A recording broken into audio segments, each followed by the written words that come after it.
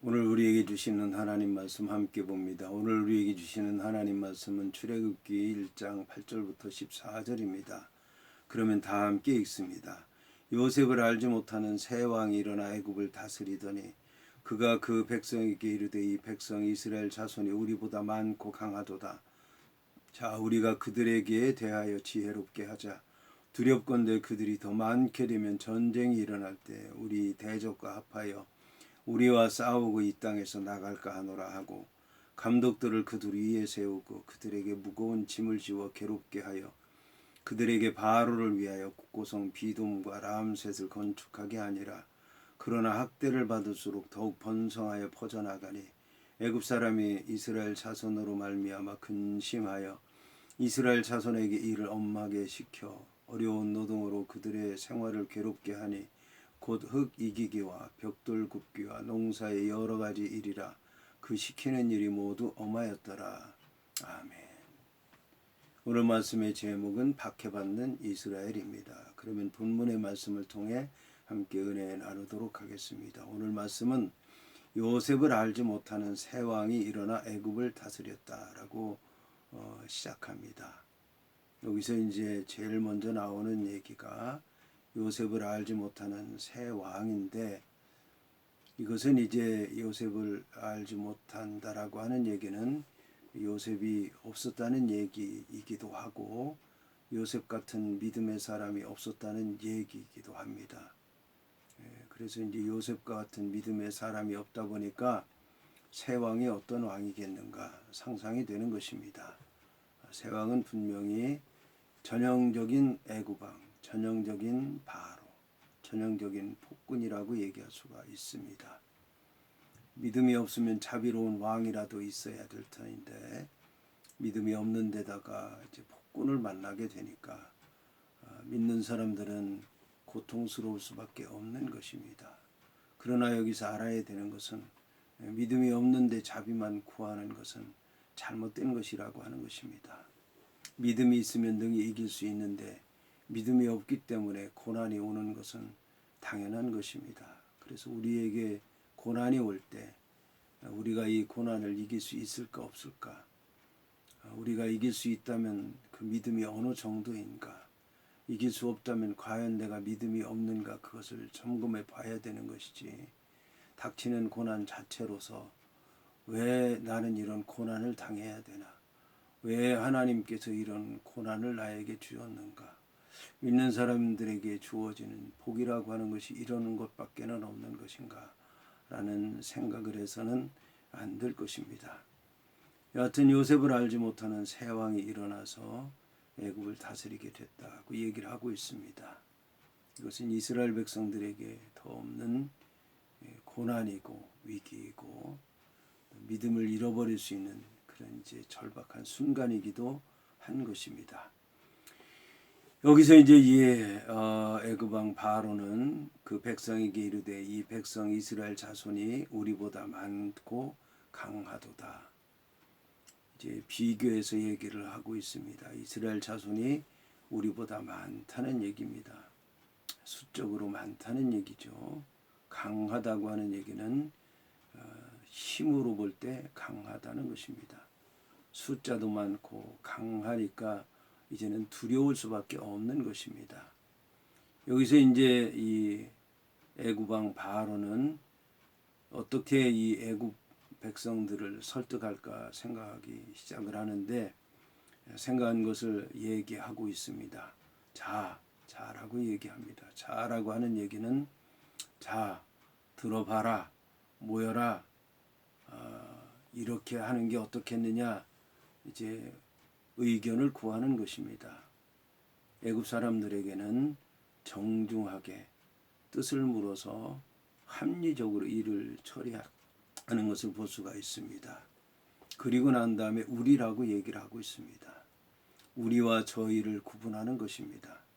우리는 애굽 사람들이고 저희는 이제 히브리인들인 것입니다. 자, 그래서 우리가 그들에게 대하여 지혜롭게 하자. 여기서 얘기하는 지혜는 인간적인 지혜를 얘기하는 것입니다. 인간적인 지혜는 이기적인 데서 나오는 것이고 한계가 있는 것이고 그리고 인간적이고 한계가 있는데 그것이 선한 것처럼 영원한 것처럼 생각하기 때문에 악한 것이라고 얘기할 수 있습니다. 여하튼 이제 이러한 애굽 왕의 처음 모든 이스라엘 백성들을 대하는 방법이나 애굽 백성들을 설득하는 이 모습을 볼 때에 참으로 그럴듯하고 부드럽고 친절하게 느껴지기까지 합니다. 이것이 무서운 것입니다. 이것이 바로 유혹인 것인데 나중에는 이런 부드러운 것이 잔인한 것으로 나타나게 되는 것입니다. 사탄의 유혹이 처음에는 달콤한 것이지만 나중에는 피비린내 나는 것이라고 하는 것을 알아야 될 것입니다. 여기서 이제 우리가 두려우니까 어떻게 해야 되겠느냐. 그들이 더 많게 되면 전쟁이 일어날 때에 우리 대적과 합하여 우리와 싸우고 이 땅에서 나갈까 하노라 라고 얘기하는 것입니다. 이러한 애굽 왕 바로의 예언은 정확한 것이었습니다. 왜냐하면 이것은 애굽뿐만 아니라 그 주위에 있는 나라들이 이제 겪었던 그런 일들이기도 합니다. 이런 일들은 이제 이 아브라함 시대 때도 북방 4개 나라와 남방 5개 나라가 전쟁을 할 때도 역시 여기 붙었다 저기 붙었다 하는 그런 일들이 있었고 왕들이 그렇게 하는 동안에 밑에 신하들이 그렇게 했으며 또 사울의 시대 때 요나단을 보게 되면 요나단이 블레셋 군대와 싸우게 되는데 많은 유대인들이 전쟁터에 나가서 지니까 먹고 입고 살기가 어려우니까 돈을 벌기 위해서라도 그 블레셋 군대에 붙었다가 나중에 이제 블레셋 군대가 지니까 다시 이스라엘에게로 돌아오는 그런 일들이 있었던 것을 볼 수가 있었습니다. 그러니까 이 이스라엘 백성들이 지금은 애굽의 종으로서 있지만 자기들이 여기에 사는 게 어려울 것 같다. 그리고 이제 힉소스와 같은 족속이 침입해서 애굽을 무너뜨린 그런 경험이 있었기 때문에 애굽 왕은 그런 것들을 두려워했던 것입니다. 그러니까 이런 일들이 다시 또 있을 수 있지 않겠느냐. 그러면 여기 히브리인들이 그들 따라서 나가게 되면 결국 이제 우리가 망하게 되는 것 아니냐.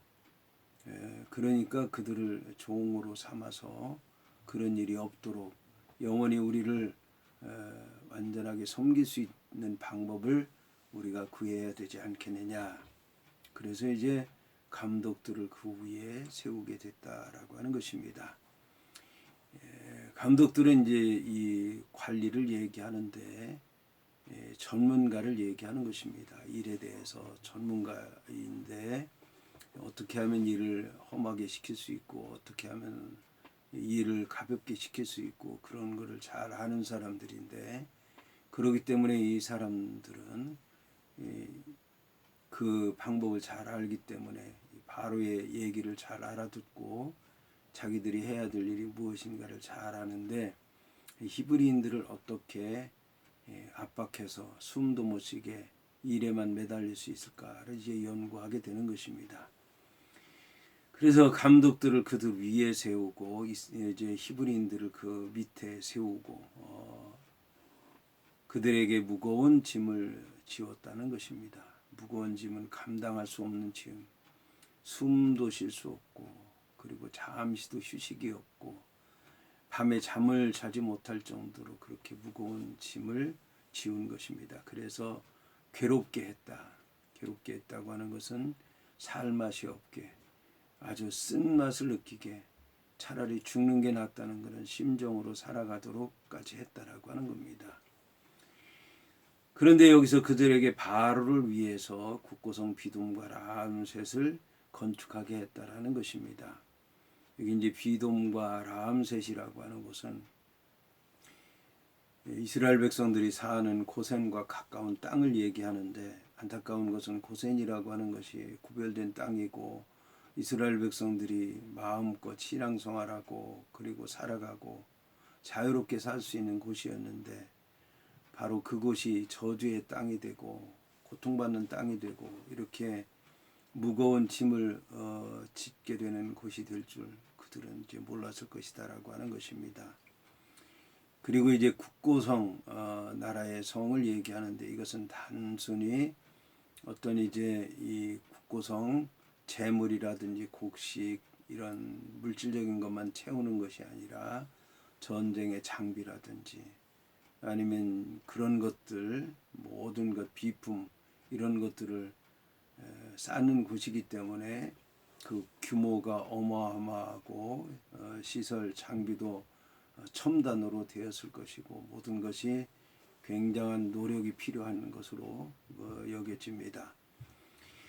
여튼 이제 고센이라고 하는 곳은 저주의 땅이 됐고 그 어마어마한 국고성을 건축하게 됐는데 여기서 이제 건축한다는 말의 뜻도 그냥 건축하는 것이 아니라 허물고 다시 짓는 것을 얘기하는 것입니다.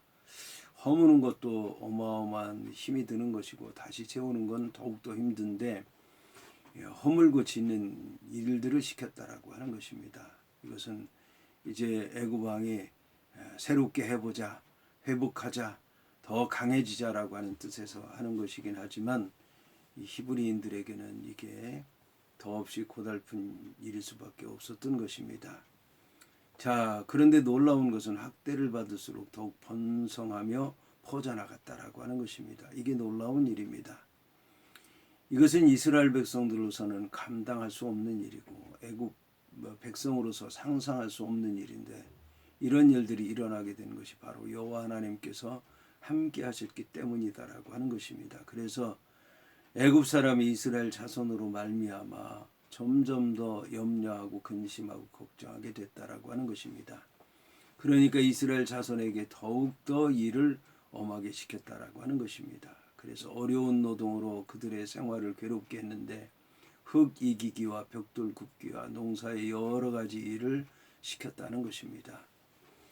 자, 이스라엘 백성들의 본업은 양을 치는 것입니다. 목축업, 목자의 삶을 사는 것인데 오늘 이스라엘 백성들에게 이 지워진 모든 일들은 한결같이 그들에게는 익숙하지 않고 낯설은 것이고 힘든 것들 뿐이라고 하는 것입니다. 이것이 다 그들의 불신앙 때문이라고 하는 것을 알아야 될 것입니다. 그들이 하나님을 섬길 때에는 이방 땅이지만 그들이 하고 싶은 것을 했고 양을 치게 됐고 하나님 앞에 영광을 돌렸지만 그러나 그들이 신앙생활을 할 수 없었을 때에는 어디에 가서든지 고난과 핍박과 이제 고통밖에는 없었다라고 하는 사실입니다. 애굽 땅에서만이 아니라 이제 그랄 땅에서도 그러했고 그리고 이제 그들이 사는 가나안 땅에서도 그러했다라고 하는 것입니다. 그래서 우리 믿는 하나님의 백성들은 믿음으로 산다는 것이 얼마나 중요한 것인가를 오늘 말씀을 통해서 다시 알아야 되겠습니다.